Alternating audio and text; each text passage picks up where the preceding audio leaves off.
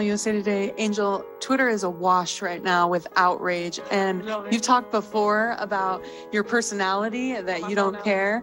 And I just wondered what it's like to know that, I mean, so many people are talking about women's basketball. Isn't that a good thing? I'm happy. I mean, all year I was critiqued about who I was. Nobody, the narrative, I don't fit the narrative. I don't fit in the box that y'all want me to be in. I'm too hood, I'm too ghetto. Y'all told me that all year. But when other people do it, y'all don't say nothing. So this was for the girls that look like me, that's gonna speak up on what they believe in. It's unapologetically you. And that's what I did it for tonight. This was for it was bigger than me tonight. It was bigger than me. Twitter is gonna go in a rage every time. And I mean, I'm happy. I feel like I've helped grow women's basketball this year. I don't really get to stand up for myself. I mean, I have great teammates. I have a great support system. I got my hometown. I got my family that stands up for me. I don't really get to speak out on things just because I just try to ignore, and I just try to stand strong. Like, I've been through so much. I've seen so much. I've been attacked so many times. Death threats. I've been sexualized. I've been threatened. I've been so many things, and I've stood strong every single time. And I just try to stand strong for my teammates because I don't want them to see me down and like not be there for them. So I just want to always just know, like, I'm still a human. Like, all this has happened since I won the national championship, and I said the other day I haven't had peace since then. And it sucks, but I still wouldn't change. I wouldn't change anything, and I would still sit here and say, like, I'm unapologetically me. I'm going to always leave that mark and be who I am and stand on that. And hopefully the little girls that look up to me, and hopefully I give them some type of inspiration that, hopefully it's not this hard and all the things that come at you, but keep being who you are. Keep waking up every day. Keep being motivated, staying who you are, staying 10 toes, don't back down, and just be confident. Hey, what's up? This is Jay Lex, your host of the Jay Lex podcast. Let's get into it. Last week, I was going to drop a short about Angel Reese. Last week, Jay lost to Iowa. By the way, a great game yesterday between Iowa and South Carolina. I hope this is the launching point for women's college basketball and women's sports in general, because, I know there's a lot of it's a lot of men versus women, a lot of division these days, but I truly want to see women's athletics become profitable. I wanted to see it become entertaining, and I hope that this is a step in the right direction, not just for women's basketball, but for soccer. I know there's a softball league, for all of it. I want to see women out here making money. That being said, I was going to do a short about Angel Reese crying after losing last week to Iowa and boo-hooing and all that other stuff. There was a whole lot of things that went with it. But then over the weekend, I saw Ronda Rousey out here boo-hooing about her legacy in the UFC and all this other stuff. She talked about some WWE stuff too. I won't get into that. But instead of doing two separate ones, I just wanted to do one giant one and kind of lean into it and talk about it a little bit. So last week, for those of you who don't know, as I said before, Iowa beat LSU in the Elite Eight, excuse me, not the national championship game, the Elite Eight, and she got on the podium and started crying because she's been getting threats on the internet and everything like that. And I want to start off by saying, clearly this young woman should not be threatened. It's basketball, it's entertainment. Anybody who is threatening her on the internet, making threats, death threats, etc., should be found, because you can find it through the IP address for the most part, prosecuted, shamed publicly, thrown in jail, amongst worse things. I want to start right there. She should not in any way, shape, or form be threatened because she's out there swagging on the court. It's basketball. It's entertainment. Get over yourselves. That being said, I have an issue with her now playing the victim. And why do I have an issue with her playing the victim? It's simple. And I'm going to get to Ronda Rousey in a minute. Because she's right. And other people are right. You know, a lot of people came to her defense, a lot of women. Oh, she didn't call herself the villain. You're absolutely right. She did not call herself the villain. You know what she did do, though? She leaned into being the villain. Same thing with Ronda Rousey. We'll get into her in a minute. Same thing with her. Ronda Rousey and Angel Reese, by the media, were called villains, bad people, etc. But when you lean into that character, okay, for those of you who are wrestling fans, we know about the face, we know about the heel. Face is the bad guy. For those who don't know, heel is or face is the good guy, heel is the bad guy. There are certain things that you have to accept. Okay, you're going to have to accept it is a social media age. I know some people are wild, whatever. But if you're going to lean into that, then you have to lean into it fully. And you have to accept all the things that come with it. What do we know about this society? This society loves counterculture. This society loves to go against the grain. They like the quote-unquote bad guy. Okay? Go through, in particular when we're talking about entertainment.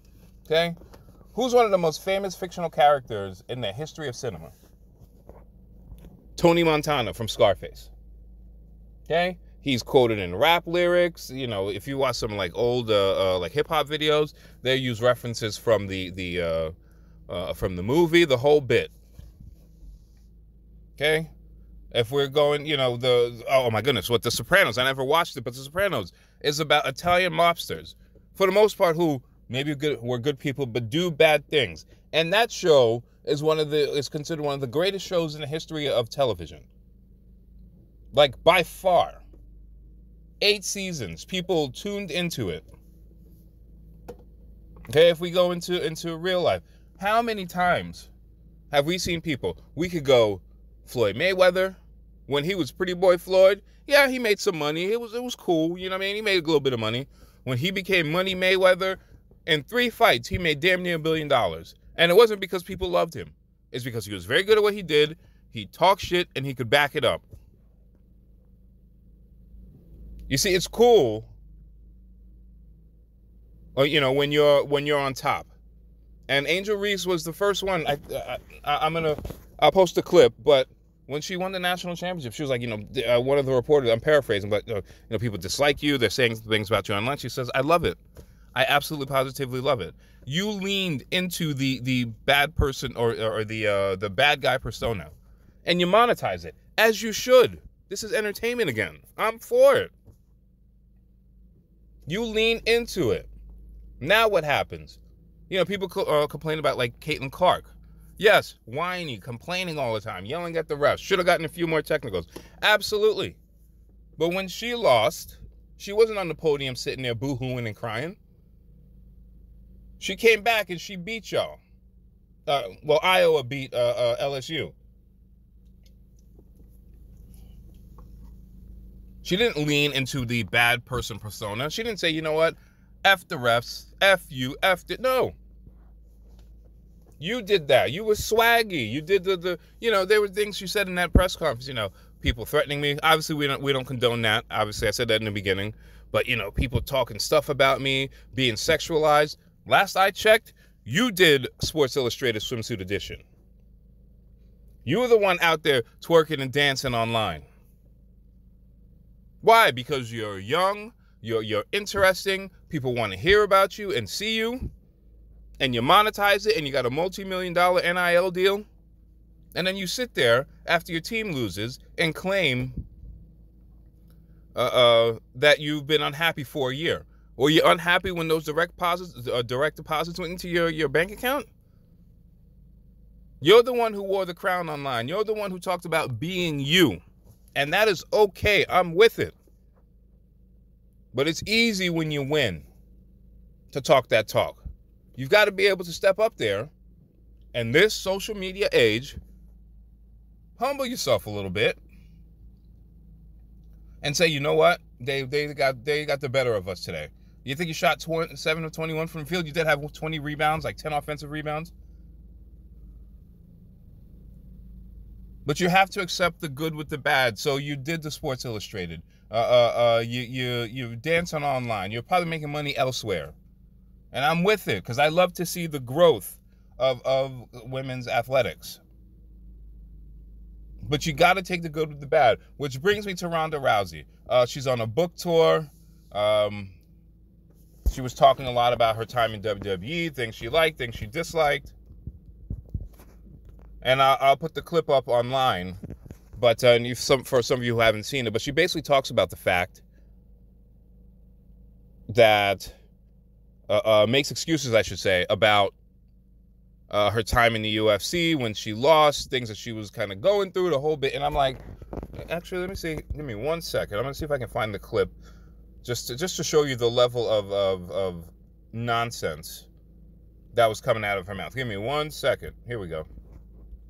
Taking punishment until I couldn't take it anymore. And then when I got to the point that I couldn't take it anymore, then I was like vilified as like, oh, she was all hype and she was just lucky and she, you know, and people making all these judgments about me in a fight where I was literally, my first loss, I was not like, my mouth guard was bad. I literally came into that fight concussed from slipping down some stairs already after all of these years of, concussions. And then I had absolutely terrible weight cut, which, you know, that means you have less fluid in your brain to protect it.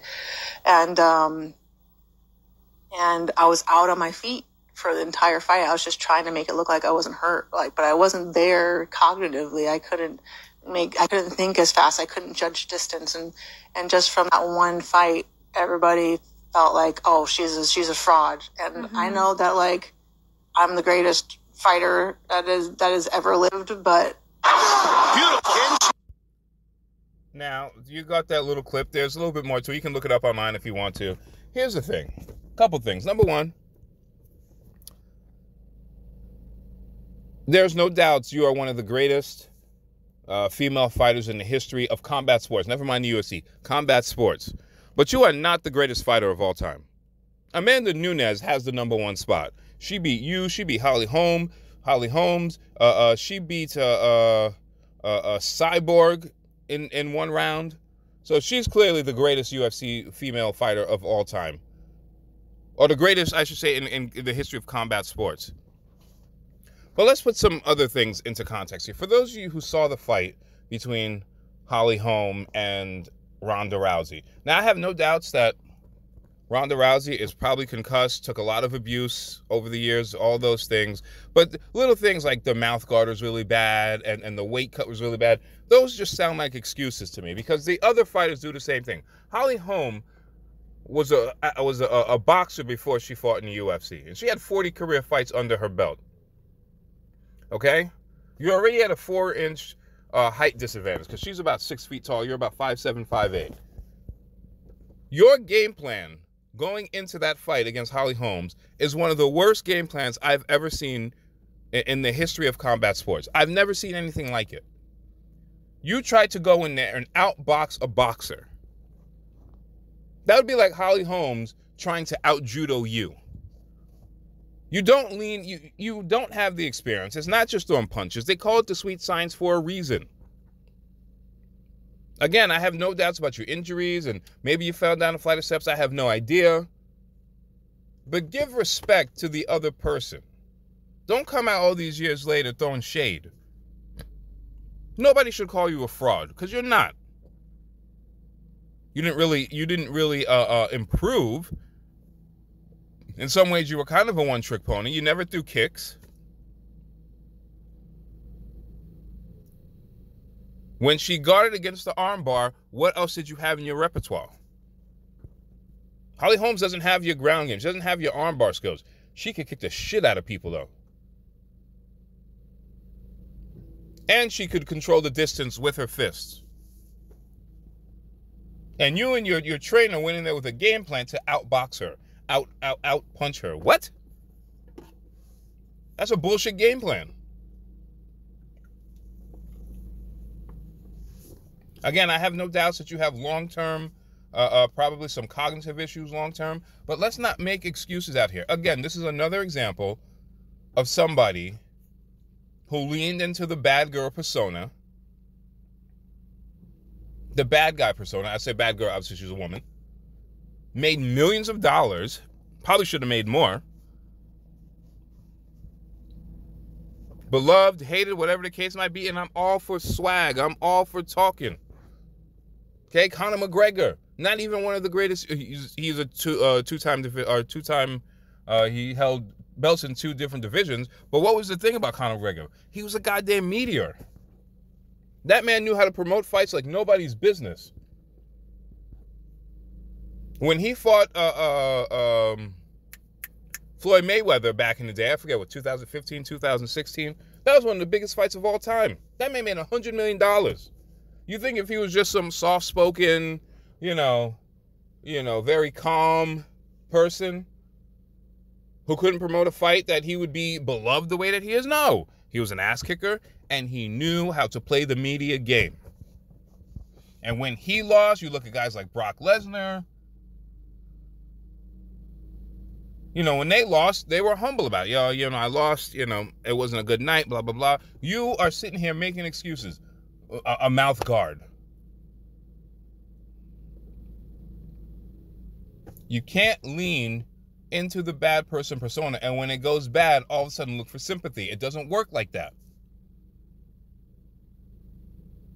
If you're gonna live by that, if you're gonna live by the sword, you gotta die by the sword. If you're gonna be the bad person, then you have to live that. Not every day in your life, but if you're gonna do that in front of the media. I brought up Conor McGregor and Floyd Mayweather before. Floyd Mayweather barely had to do anything. It was all Conor McGregor. All Conor McGregor. I watched a couple of those press conferences. Floyd Mayweather was just sitting there, literally like, I wonder how much money we're going to print after this fight. Floyd Mayweather, $250 million. Conor McGregor, $100 million.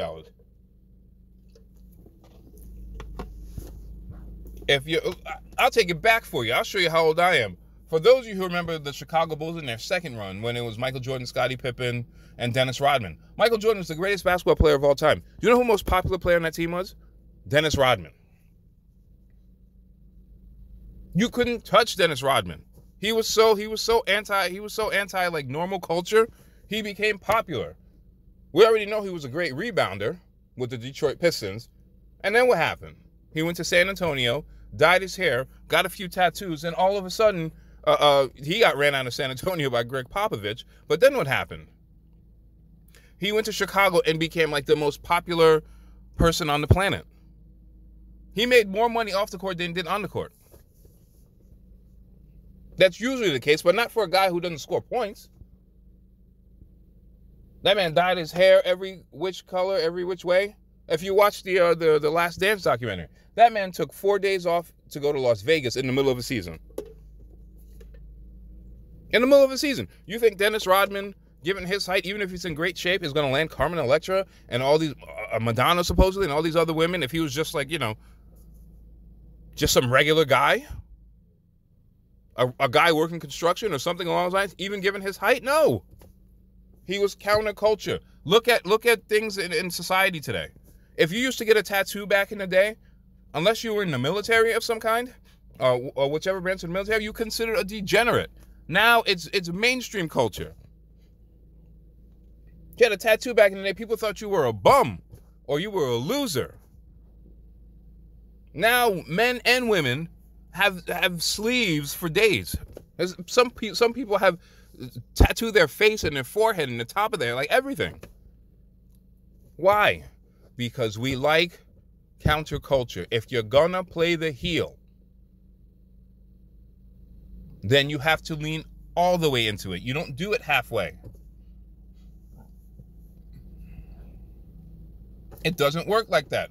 Go watch WWE or AEW or those things. For whatever people think about Vince McMahon, people love themselves a heel. Go watch old clips of Stone Cold Steve Austin. Yes, you could argue he became a face or became a good guy, but he really wasn't. He was ambiguous.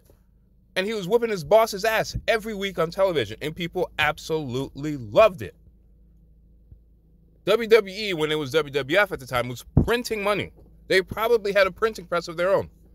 That's how much money they were making. Why? Because people like counter culture.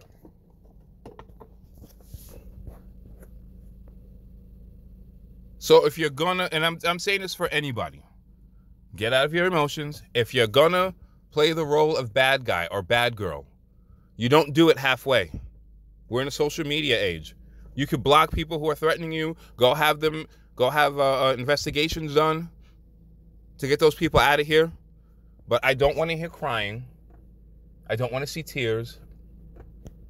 You either are all in or you're all out.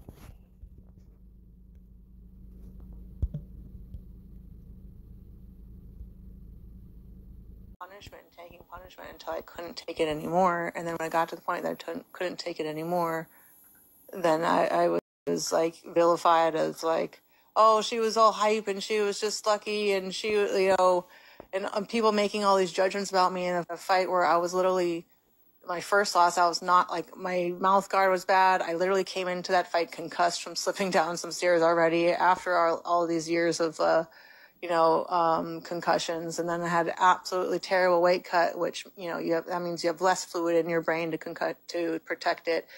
And I was out on my feet for the entire fight. I was just trying to make it look like I wasn't hurt, but I wasn't there cognitively. I couldn't think as fast. I couldn't judge distance. And just from that one fight, everybody felt like, oh, she's a fraud. And I know that, like, I'm the greatest.